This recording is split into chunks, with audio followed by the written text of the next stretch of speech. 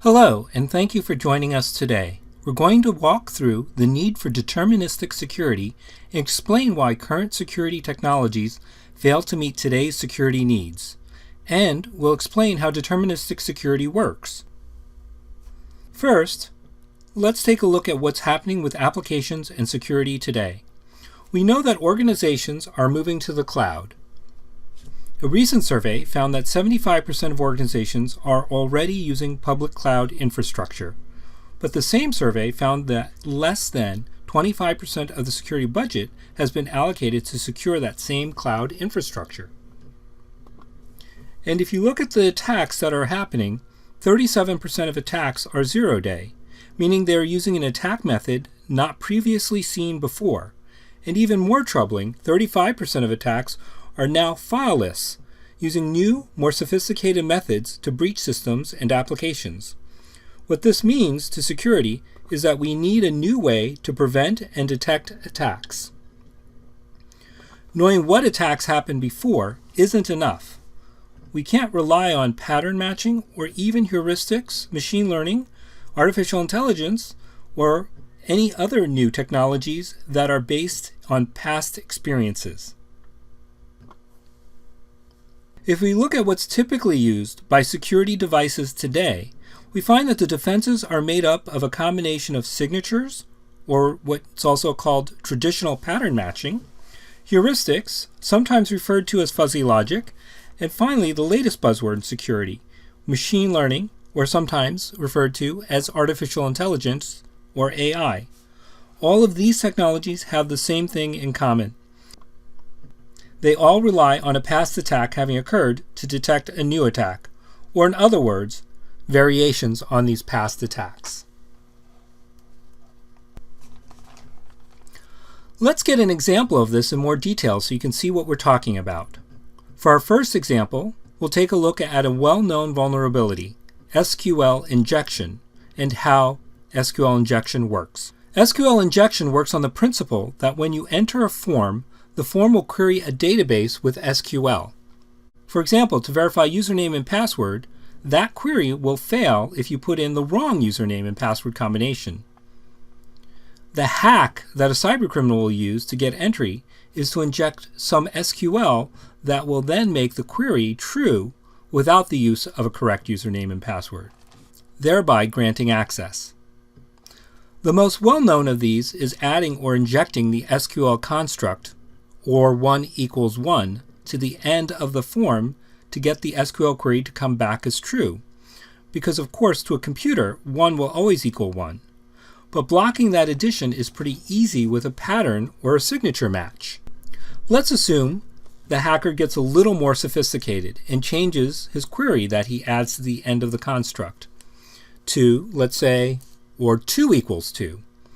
The signature pattern match will fail in this case, so we move to a better technology, let's say heuristics or fuzzy logic, and this technology will catch the 2 equals 2 addition because it's only a small variation on the 1 equals 1 hack. So the hacker moves on and tries something more sophisticated. Let's say he adds something like or 3 times 3 is equal to 3 times 3 as his SQL injection. Once again, the simple pattern match will fail, and the heuristics fuzzy logic may fail as well if it's only looking for numerics. So we move on to a new technology, machine learning and artificial intelligence. With AI, we can train the system to recognize the left and right sides of this equation are the same, and we can block this attack. The key here is that all 3 of these security technologies relied on that first attack, or 1 equals 1, to block each of the subsequent attacks as well. So let's look at why this doesn't work for a zero-day attack, one that is brand new and has never been seen before. For example, what happens if someone tries the SQL injection with or 21 equals 3 times 7? The signature block will fail as 1 equals 1 doesn't match this. Heuristics will also fail as it's significantly different from the 1 equals 1. And machine learning will also fail here, as it doesn't match the criteria we used before. Some of you may be thinking, well, we could train the AI machine learning to recognize that the two sides are really the same. So the next zero-day attack will just forego the equal sign altogether and use something else. Greater than or equal to, etc. There's always going to be some zero-day you haven't accounted for in machine learning since it's still based on past attacks. So a zero-day attack will succeed. There aren't enough pattern matches or combinations of these pattern matches to cover all the possibilities of what a zero-day attack could come up with. SQL injection was the simple example. It gets more complex when you look at other attack types. Let's look at a cross-site scripting attack. That's an attack where VB script, JavaScript, or embedded scripting in HTML gets added to a website so that the additional code is loaded and run when a user loads the web page into their browser, essentially running on the client side as a script. Let's look at some examples of code that have been used in previous cross-site scripting attacks. You can pattern match each of these obviously, and maybe some even look similar. For example, the second and third ones share a common word. But as you can tell, each attack is unique, and trying to match or learn from prior attacks really doesn't help block a new attack. So once again, these existing technologies won't help against a zero-day attack. So if you can't rely on past attacks and the security technologies that are in use today, what can you do? That's where deterministic security comes in. Deterministic security doesn't rely on any prior attack knowledge. The way it works is it validates the application as control flows and API calls as soon as the application spins up, and it maps the DNA of the application and the code execution. Because we understand the correct application execution, we can detect abnormal requests to the code. Essentially, what are the attacks? Here's a more detailed diagram of how the technology works. The left side shows how K2 maps and validates the control flow of the application, including the API calls. Once we understand these flows, we can make sure the application is executing as designed.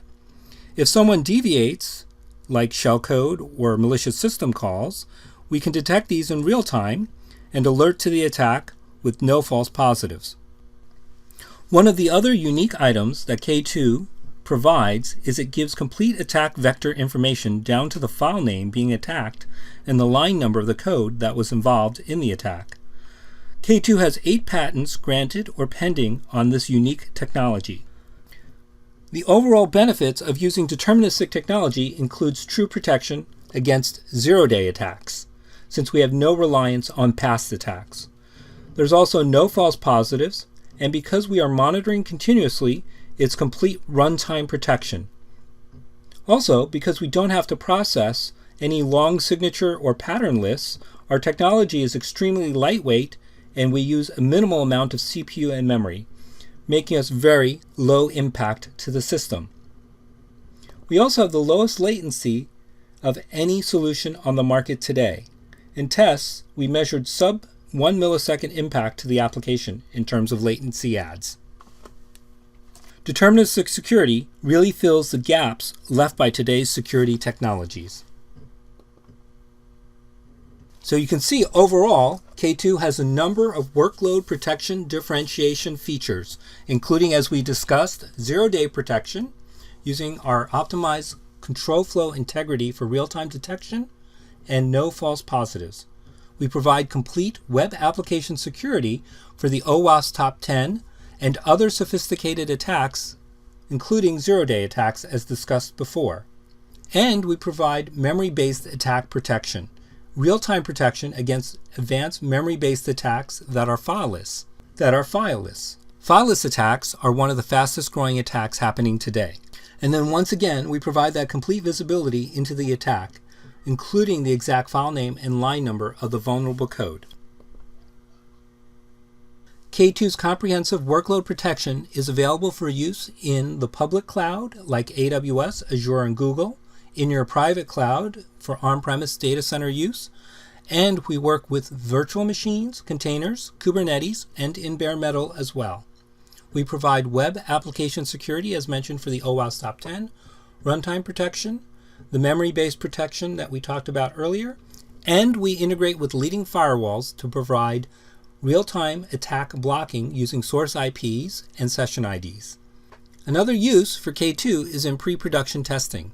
If you're using any type of pen testing or vulnerability testing tools, you can use K2 to help pinpoint the location of vulnerabilities discovered by these pre-production testing tools. K2, similar to real-time attacks, when used in pre-production, will also help identify the file name and the line number of vulnerable code. So what you get with K2 is comprehensive protection, unique signature list technology, and real-time telemetry. Before we go today, I wanted to cover one quick case study. Cadence discovered the zero-day attack in Adobe Experience Manager, and the attack itself was not detected by their existing WAF or EDR solution that was already in place. We were able to provide the detailed forensic data to help them remediate the problem quickly. Thank you for watching today, and for more information, please visit www.k2io.com.